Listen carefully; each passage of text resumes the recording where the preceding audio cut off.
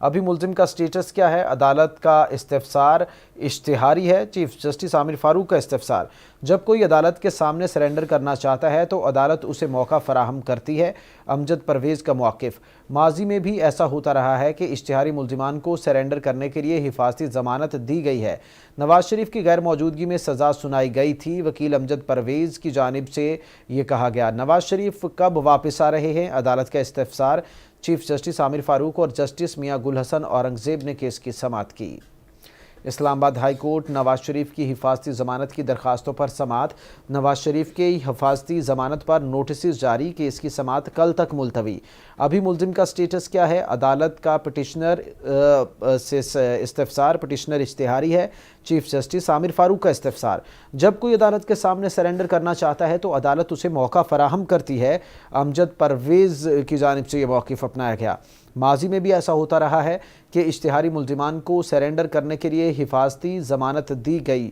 नवाज शरीफ की गैर मौजूदगी में सज़ा सुनाई गई थी। वकील अमजद परवेज़ नवाज शरीफ कब वापस आ रहे हैं? अदालत का इस्तिफसार।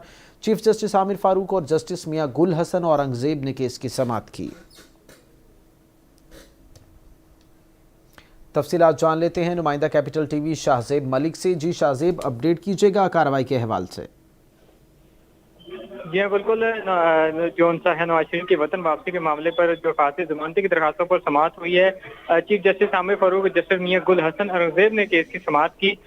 जो नवाज शरीफ की तरफ से वकला थे वो रोस्टरम पर, उस पर अमजद परवेज और आजम नजीर जो उनसे थे वो रोस्टरम पर गए और उन्होंने जिस पर चीफ जस्टिस ने इस्तफसार किया कि जी अमजद परवेज साहब, वकील अमजद परवेज ने मौक़िफ़ अपनाया कि हिफाजती जमानत की दरखास्त है और नवाज शरीफ की हिफाजती जमानत की दरखास्त दायर की है। इस दौरान अमजद परवेज ने मुख्तलिफ अदालती फैसलों के हवाले भी दिए और जिस पर अदालत ने कहा कि आप कौन से केस का हवाला दे रहे हैं, अभी मुलजिम का जो है वो स्टेटस क्या है, जिस पर petitioner chief justice Aamir Farooq ने कहा, इस्तफसार किया कि पिटिशनर जारी है, जिस पर अमजद परवेज ने मौका अपनाया कि जब कोई अदालत के सामने सरेंडर करना चाहता है तो अदालत उसे मौका फराहम करती है।